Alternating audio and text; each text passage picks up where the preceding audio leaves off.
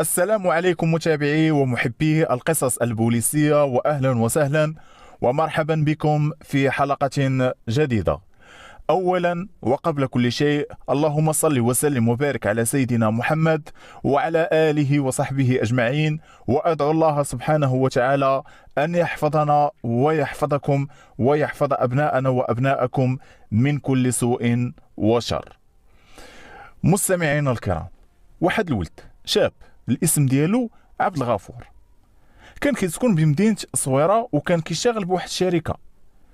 هذا الولد هذا كان نقي درويش داخل سوق راسو، ما عنده حتى شي بليه. الولد ما كان لا كيكمي ولا كيشرب ما حتى شي حاجه، وكان الهم ديالو هو الخدمه ديالو، وكان الهدف ديالو هو يجمع واحد المبلغ مالي يدير به شي مشروع ديالو، شي مشروع يولي يشتغل فيه ويخليه من بعد يبعد من الخدمه ديال الشركات والخدمه مع الناس. السيد كانت هذه هي الحياه ديالو، وكان هذا هو التفكير ديالو. لكن هذا الشاب هذا غادي يعيش واحد الواقعه اللي غادي تخرب ليه الحياه ديالو من بعد. عبد الغفور كان في الاول كيسكن في الدار ديال والديه مع والديه وواحد خوه كبر منه. هاد خوه اللي كبر منه كان متزوج بواحد السيده، واحد السيده اللي كانت كتبان على انها درويشه داخله سوق راسها، كانت كتبان على انها حشوميه، كانت كتبان من داك النوع اللي ما يقدرش ينوض الدجاجه على بيضها كيف ما كنقولوا. وهاد العائله لا عبد الغفور ولا والديه ولا الاخ ديالو اللي هو الزوج ديالها كانوا كيحترموها لواحد الدرجه كبيره. غير هو اللي ما كانوش عارفين هاد الناس ان هاد السيده هادي كانت كتخون الزوج ديالها، وكان عندها الخليل ديالها اللي الله اعلم من امتى وهي معاه في ديك العلاقه غير شرعيه، ومن امتى هما كيتلاقاو مع بعضياتهم. هاد الخليل ديالها اللي كان واحد من عائلتها وكان ولد عمها. كيفاش غادي تفضح الامر ديالهم؟ واحد نهار هاد السيده غادي يجي لعندها عمها ومراته وولد عمها اللي هو الخليل ديالها، غادي يجيو عندهم للدار. وفي واحد اللحظه وفي غفله من العائله، هاد السيده وولد عمها غادي ينفردوا ببعضياتهم وغادي يتقربوا من بعضياتهم. اتا غادي يوقف عليهم عبد الغفور ولقاهم في واحد الوضع اللي خايب، واحد الصوره اللي ماشي هي هذيك، واحد الصوره اللي اكدت ليه انه هاد الجوج هادو راه بيناتهم واحد العلاقه غير شرعيه. عبد الغفور انفعل في ديك اللحظه، الولد تلبسوا الغضب، وعلى حسب الاقوال ديالو كيقول كان في استطاعته في ديك اللحظه يدير ليهم الشوهه ويدير فيهم شرع يدو، ولكن السيد غادي يتمالك راسو وسيطر على داك الغضب ديالو، وغادي يجري على ولد عمها. مشى بحالو ديك الساعه كيقول باللي خرج من الدار زاد بحالو. السيده مرات خوه قال لها غادي تجمع حوايجك وما تبقاش تدوري عندنا هنا في الدار. السيده كيقول باللي بدات كتبكي عليه، وانا هادي بصح غلط وما بقاش نعاود، سمح لي وعافاك ما تقولهاش لخوك وكذا الى اخره. وما بغاتش تمشي بحالها، ما بغاتش تخرج من ديك الدار. وهو داخت بيه وما بقاش عارف كيفاش غادي يتصرف، واش يقولها لخوه يقولها لوالديه، خاف لا توقع شي مصيبه يولي خوه قاتلها وماشي للحبس. بقى كيحاول معها باش تخرج تمشي بحالها من الدار ديالهم وتطلق من خوه، ولكن السيده كانت رافضه انها تمشي بحالها، وفين ما كان كيجبد عليها الموضوع كانت كتبدا تبكي وتزاوق فيه.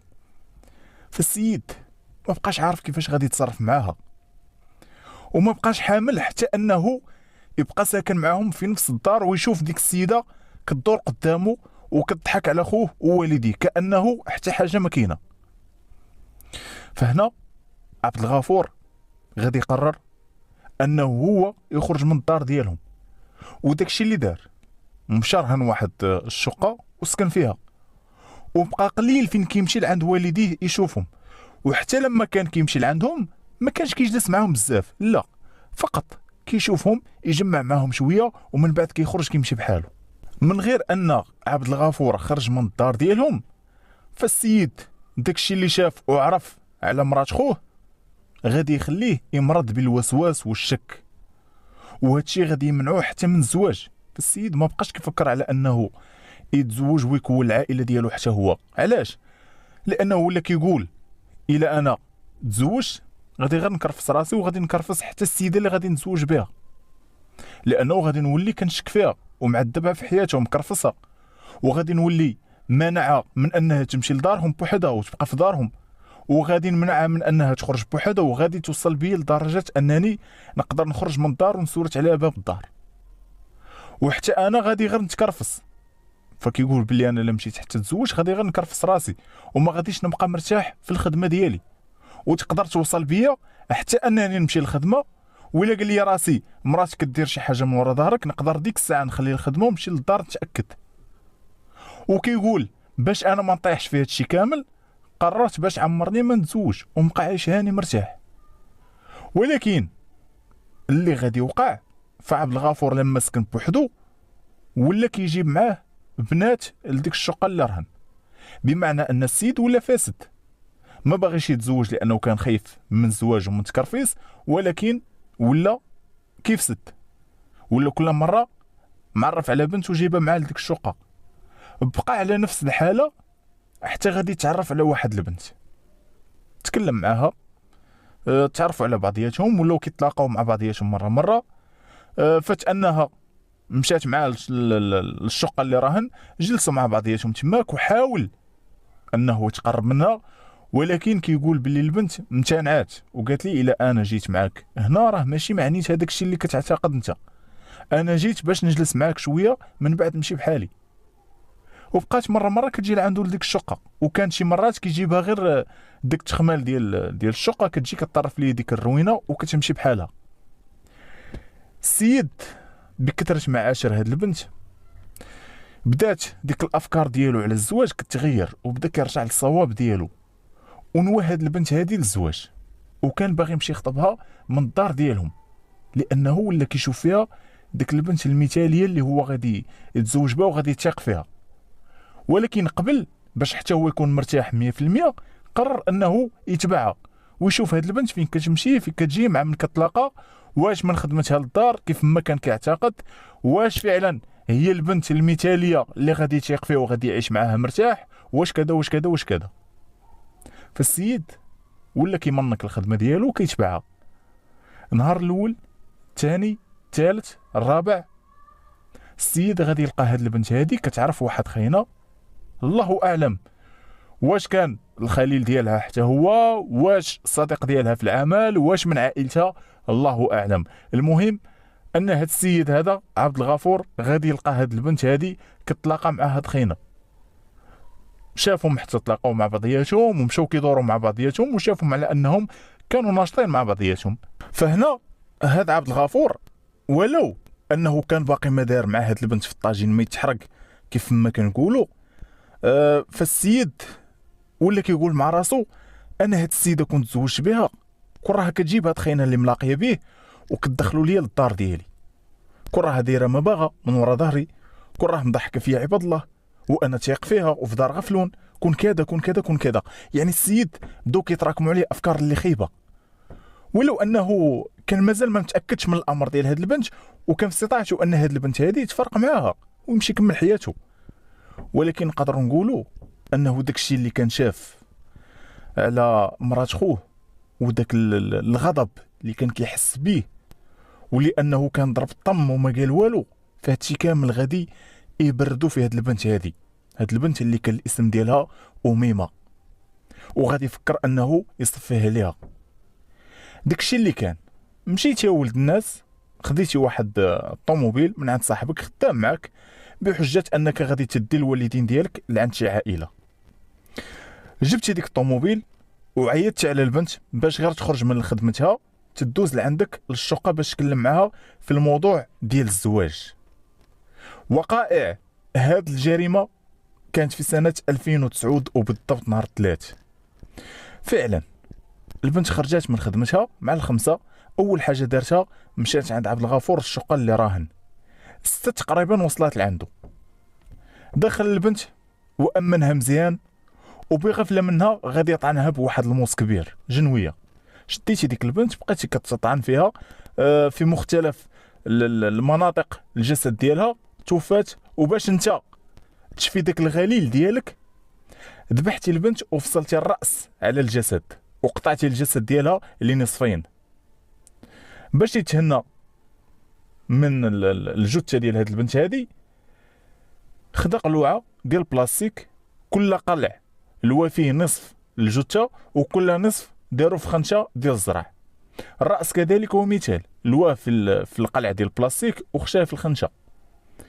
بعد الخنشات نظف الشقه مزيان، تسنى حتى الوحده جوج ديال الليل، هز الخنشات داهم الطوموبيل ومشيتي لحتيهم في نواحي مدينه الصويره في واحد الخلا، ورجعتي بحال كانه شيئا لم يقع. البنت اختفت عن الانظار. والديها لما ما رجعش للدار مشاو كيقلبوا عليها، كيسولوا هنا كيسولوا هنا كيسولوا هنا. ملي ما لقاوش البنت ما عرفوها فين زادت، مشاو بلغوا عند البوليس، خدوا من عندهم بعض المعلومات وطلبوا منهم باش يمشيو يتسناو. مشيو بحالهم ويتسناو حتى الصباح يشوفوا البنت واش غادي ترجع ولا لا، لانه كان مازال ما دازش وقت كتير على الاختفاء ديالها. وطلب منهم حتى الغد اللي في الصباح الا ما رجعاتش ولا ما بانتش يرجعوا ديك الساعه لعندهم. ولكن الغد اللي في الصباح تقريبا مع 10 ديال الصباح والديها غادي نرجعوا لمركز الشرطه، وغادي تمشي معاهم واحد البنت صاحبه اميمه وكتشتغل معاها، وغادي تخبر البوليس على انه البنت البارح كانت مشات عند واحد خينا كان عيط ليها وقال لها جي لعندي باش نتفاهموا على شي امور كتخصنا وكتخص زواجنا، لانه على ما كانت قالت لي باللي كانوا في علاقه مع بعضياتهم وكان ناوي بها الزواج. وكتقول لهم باللي لما خرجت من الخدمه مشات لعنده مباشره. سولوها البوليس كتعرفي هاد السيد شكون هو وفين ساكن؟ كتقول لهم الاسم ديالو كذا وكذا، وعلى حسب ما كانت قالت لي وميما راه كيسكن في البلاصه الفلانيه عنده واحد الشقه تماك. البوليس ديك الساعه تحركوا مشاو العنوان اللي خبراتهم به البنت، كيسولوا عليه تماك، عرفوا الشقه اللي هو كان راهن فيها، ولكن ما لقاوش تماك. السيد كان ماشي الخدمه ديالو، دار فعلته ومشى لخدمته كانه حتى حاجه ما كاينه. بقاو كيبحثوا في الخلفيه ديال هذا السيد عبد الغفور حتى عرفوه فين خدام. تم الضبط والاحضار ديالو من اجل البحث. كتعرف فلانه؟ لا ما كنعرفهاش. متاكد؟ متاكد. ماشي هي اللي كنتي ناوي بها الزواج وكنتي البارح عيطتي ليها واتفقتي معاه باش تمشي لعندك للشقه اللي راهن؟ كيقول لهم لا انا ما كنعرفش هاد السيده، وهذا الشيء اللي كتقولوا لي ما كاين منه والو وما يمكنش، وراه صاحبتها خبراتنا بهذا الشيء. ولما انت اتصلتي بها وخبرتيها باللي تمشي لعندك هي قالت لها هادشي لصاحبتها، والسيده غير مشات لعندك غبرات ما بقاتش بانت. السيد بقى متشبت في الاقوال ديالو ونكر كل شيء. فهنا البوليس خدوا من عنده الهاتف ديالو، اول شيء قلبوه ولكن ما لقاوش فيه الرقم الهاتف ديال اميمه، ما لقاوش عنده في التليفون. السيد وكانه كان مسح كل شيء. فانا غادي يتم دفع طلب تحري لشركه الاتصال باش يشوفوا هاد السيد هذا البارح شكون هما الارقام اللي اتصل بهم، ويشوفوا واش الرقم ديال اميمه كان ضمن هاد الارقام هادو. ورغم ذلك فالبوليس كانوا شاكين على انه هاد السيد هذا راه ممكن يغير رقم الهاتف ديالو، يكون الرقم الاولاني اللي كان عنده يكون تخلص منه لاحو. وبطبيعه الحال هنا خذوا اذن بتفتيش الشقه اللي كيسكن فيها، وانتقلوا معاه للشقه اللي هو راهن. كل من ضابط التحقيق وبعض العناصر وكذلك الشرطه العلميه والتقنيه دخلوا لديك الشقه، بداو التفتيش ديالهم، كيقلبونا. السيد كان منظف المكان مزيان، وحتى الملابس اللي كان مرتدي اثناء ارتكابه للجريمه كان تخلص منهم وكان لاحم، يعني كان متاكد انه ما كاينش شي حاجه اللي غادي يحصل بها. ولكن اللي ما كانش عارف ان البحث اللي كيقوموا به البوليس هو بحث دقيق، وحتى حاجه ما كتسقل لهم طبعا، لانه غادي يلقاو الدم ديال هاد البنت هادي مازال مكبت في القرقاره اللي كيهبط منها الماء. لما فتحوا ديك القرقاره ولقاو فيها الدم مكبت تما، كيسولوا هاد السيد هذا الدم هذا شنو كيدير هنا، ديال من هاد الدم؟ السيد كيقول لهم ما عرفتش. وكيفاش ما عرفتيش وانت اللي ساكن هنايا؟ اعتقلوا البوليس، خداو معاهم المركز. اثناء البحث معاه كيسولوه انت لقينا الدم في الشقه ديالك، وكاينه شاهده كتقول على انه البارح البنت عيطتي ليها ومشات لعندك للشقه، واش هادشي كامل غير مصادفه؟ فين هي البنت؟ اشنو درتي ليها؟ السيد لما ضغطوا عليه عناصر الامن الوطني وزيروه مزيان كيعترف في الاخير بالجريمه ديالو، وكيعترف بجميع هاد الوقائع اللي ذكرنا في هاد القضيه هذه. وطبعا البوليس في الاخير كيرافقوا المكان اللي هو رمى فيه دوك الخنشات، لقاو دوك الخنشات مازال في المكان ديالهم. من بعد المعاينه كيتم نقل الجثه المستودع الاموات. وطبعا من بعد الاعترافات ديال المتهم فكيتقدم امام العداله بتهمه القتل العمد مع سبق الاصرار والترصد، وكيتم الحكم عليه بالسجن المؤبد. وطبعا فالسيد اثناء الاعترافات ديالو كيخبر البوليس على انه داكشي اللي كان دارت مرات خوه كان هو السبب اللي خلاه يوصل لهذه الحاله هذه كلها. على اي مستمعينا الكرام، كانت هذه هي النهايه ديال هذه الحلقه. نتلاقاو في حلقه جديده ان شاء الله. شكرا لكم مشاهدينا الاوفياء، احبكم في الله والى لقاء اخر.